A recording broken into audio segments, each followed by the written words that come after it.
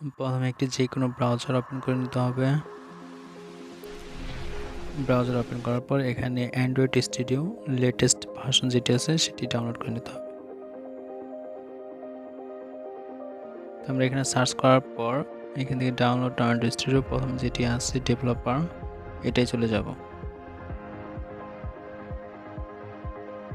এটা চলে যাওয়ার পর দেখেন এখানে লেটেস্ট ভার্সন আছে অ্যান্ড্রয়েড স্টুডিও জিরাপ।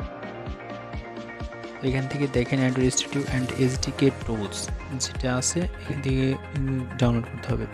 এসডিকে টুল বলতে জাভা বা কটলিন যেটা আমরা ব্যবহার করব এটার জন্য আলাদা আরেকটি জেডিকে ফাইল নামাতে হয়, যেটি এখানে অলরেডি দেওয়া থাকে।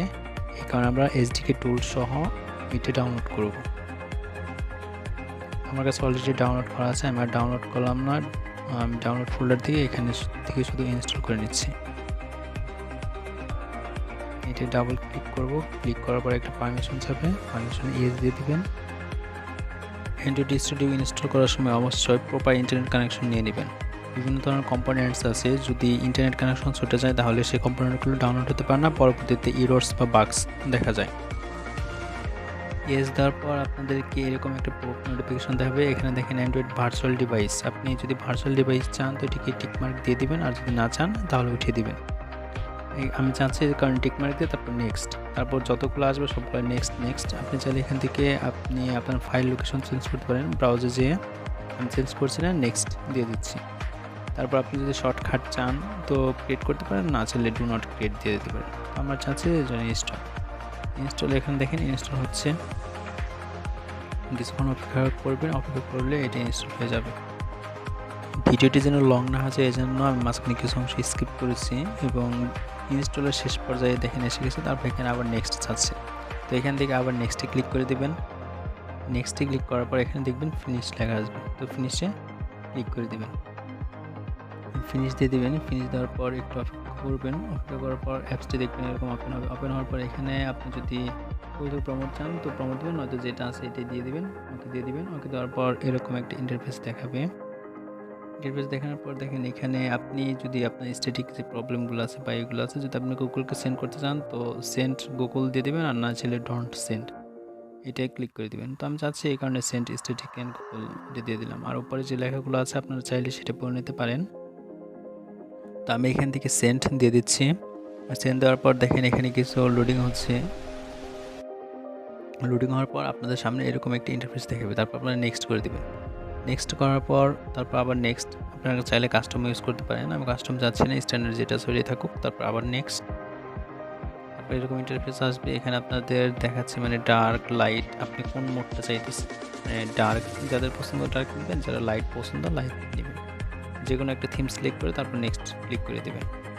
নেক্সট ক্লিক করার পর তারপর দেখবেন এরকম অনেকগুলো ফাইল দেখাচ্ছে যেগুলোর এমবি সাইজ সহ ডাউনলোড দেখাচ্ছে। তো এগুলো সব আপনাদেরকে ডাউনলোড দিতে হবে। তারপর আপনারা এখান থেকে নেক্সট ক্লিক করে দেবেন। নেক্সট ক্লিক করার পর দেখেন এখানে 3টা স্টেপ আছে, 3টে স্টেপের মধ্যে সবগুলোর মধ্যে অ্যাকসেপ্ট দিয়ে দিবেন। তারপর আপনারা চাইলে এগুলো পড়ে নিতে পারেন। তারপর এখানে কী কী ডাউনলোড হচ্ছে, কী কী ডাউনলোড দেবেন এটাও দেখাচ্ছে। তো এরকম 3টে সিলেক্ট করে অ্যাকসেপ্ট দিয়ে দেবেন। অ্যাকসেপ্ট দেওয়ার পর ফিনিশে ক্লিক করে দেবেন। ফিনিশে ক্লিক করে দেওয়ার পর আপনাদের এখানে দীর্ঘ অনেক সময় নেবে, প্রায় 10 থেকে 20 মিনিটের মতো সময় নেবে। এই সময় নিয়ে সব কিছু পুরোপুরি ডাউনলোড হয়ে যাবে। আপনারা চাইলে শো ডিটেলস থেকে দেখে নিতে পারেন। পুরোটা ডাউনলোড হতে মিনিমাম 10 থেকে 20 মিনিট টাইম লাগবে। তো এই সময়টুকুতে আপনারা আপনাদের পিসি থেকে বা ল্যাপটপ থেকে কোথাও দূরে যাবেন না, বসে বসে এখানে বসে থাকবেন, দেখবেন ইন্টারনেট কানেকশন প্রপারলি পাচ্ছে কি না। তারপর যদি ডেস্কটপ হয় কারেন্ট চলে যাচ্ছে কিনা, যদি কারেন্ট চলে যায় তাহলে আপনাকে আবার পুনরায় করতে হবে। আপনি ভাববেন হয়তো বা এখান থেকে যতটুকু হয়েছে ততটুকু থেকেই দিই। এরকম করলে আপনি পরবর্তীতে যখন অ্যাপস বানাতে যাবেন তখন আপনার অনেকগুলো এরর দেখাবে। অনেক সময় অনেক কিছু দেখবেন যে রিকোয়ার করতেছে যে এইটা নাই ওইটা নাই, যেরকমটা নেভিগেশন ড্রয়ার বানাইতে গেলে দেখা যায় যে কনস্ট্যান্ট এক্সপ্রেশন রিকোয়ার, এটার পরে সলভ করা যায় না, অতটা ইজি হয় না। এই কারণে প্রপার ইন্টারনেট কানেকশন সহ তারপর যদি ডেস্কটপ হয় তো দেখবেন মানে বিদ্যুৎ চলে যায় কি না। যদি এরকম হয় তো কিছু একটা ব্যাকআপ নিয়ে রাখবেন, যার জন্য আপনার মানে অ্যান্ড্রয়েড স্টুডিও চলাকালীন যেন পিসিটা শাটডাউন না হয়, পিসি বা ল্যাপটপ স্ক্রিনটাও যেন অফ না হয়। তো এরকমভাবে কিছুক্ষণ সময় নিয়ে তারপর এটাকে যে পর্যন্ত না ডাউনলোড হয় এ পর্যন্ত এখানেই থাকবেন।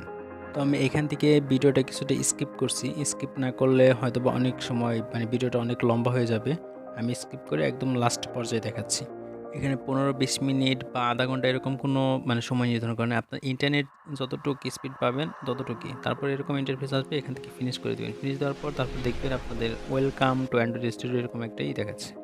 তো এই ছিল ভিডিও।